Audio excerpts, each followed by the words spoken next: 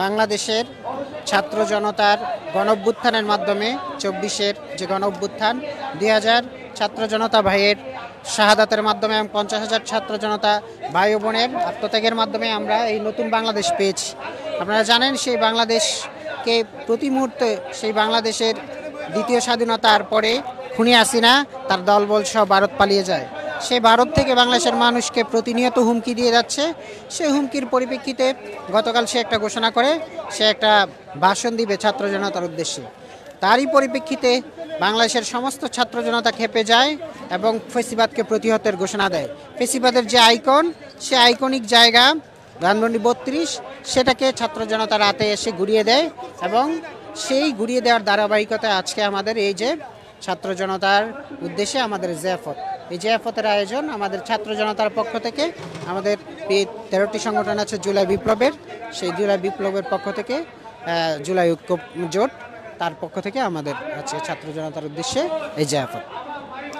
তো আমরা প্রত্যেক জনগণকে আহ্বান জানাবো, আমরা ফেসিবাদের বিরুদ্ধে যেভাবে আমরা ঐক্যবদ্ধভাবে লড়াই করেছি, সেভাবে আমরা আবার ঐক্যবদ্ধভাবে এই ফেসিবাদের যারা দোষর তাদেরকেও আমরা বাংলাদেশের মাটি থেকে উৎখাত করব এবং শেখ হাসিনাকে ভারত থেকে ফিরিয়ে এনে তার বিচার, গণহত্যা যে চালিয়েছে তার বিচার আমরা কার্যকর করব।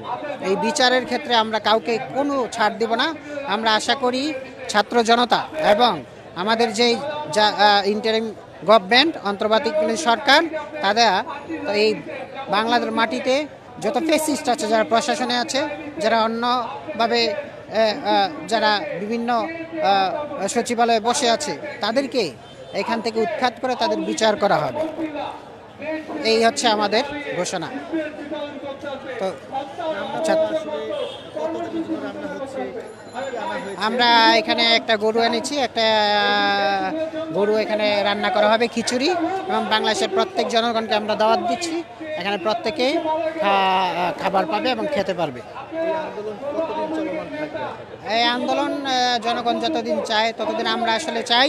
ফেসিবাদ তো আওয়ামী লীগকে নিষিদ্ধ করা হয়নি, বাংলাদেশে যাতে আওয়ামী লীগ কখনো রাজনীতি করতে না পারে এবং ফেসিস্টদের বিচার হবে এবং রাজনৈতিকভাবে তাদেরকে নিষিদ্ধ করতে হবে। অনেকে বলছে এখনো আওয়ামী লীগের দোষর বা বিভিন্ন গুরুত্বপূর্ণ স্থানে রয়েছে, তাদের বিরুদ্ধে ছাত্র জনতারা কি অবস্থান নেবে? তাদের বিরুদ্ধে ছাত্র জনতার অবস্থান স্পষ্ট। আমরা চাই ফেসিবাদের যত টুলসগুলো আছে বিভিন্ন জায়গায় যারা বসে আছে তাদের প্রত্যেককে আমরা এখান থেকে উৎখাত করব ইনশাআল্লাহ।